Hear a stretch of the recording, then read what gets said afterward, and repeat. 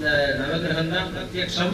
அவளுடைய அனுகிரகத்துல தான் நமக்கு க்ஷேமம் உண்டாகிறது. எந்த கோவிலுக்கு போனாலும் கடைசியில் நவகிரகத்தை வாசல்ல வரும்போது கொடுத்துட்டு தான் வருவோம்.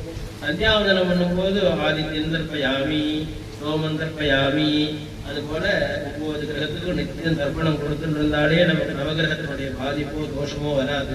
இவன் கொடுத்தா இந்த குடும்பத்தில் உள்ளவாளுக்கே சிரமம் நிவர்த்தியாகும்.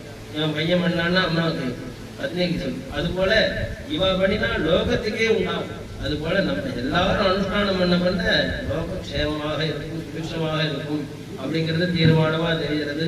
அனுஷ்டானத்தால நம்மளாம் க்ஷேமத்தை உண்டு பண்ணுமே தவிர வேற ஏதோ லௌகீகமாக போய் சில காரியங்களை பேசிட்டோம் சாதிச்சிட்டோம் நம்ம அப்படின்னு வெளியில போய் ஈடுபட்டோம்னா ஒரு பிரயோஜனமும் இல்லை. நம்ம சிவபூஜை பண்ணோமா, சன்னியாசனம் பண்ணோமா, பரிசேச்சனம் பண்ணினோமா, சாப்பிட்டோமா, வைசுதேவம் பண்ணினோமா, எப்படி சாயந்தரம் எடுத்தா விஷ்ணு சகசிரநாமம், விஷ்ணு சகசிரநாமத்துல இல்லாதது ஒண்ணுமே இல்லை. அப்படி நித்திய கர்மாவா விஷ்ணு சகசிரநாமத்தை சொல்லி இருக்கு.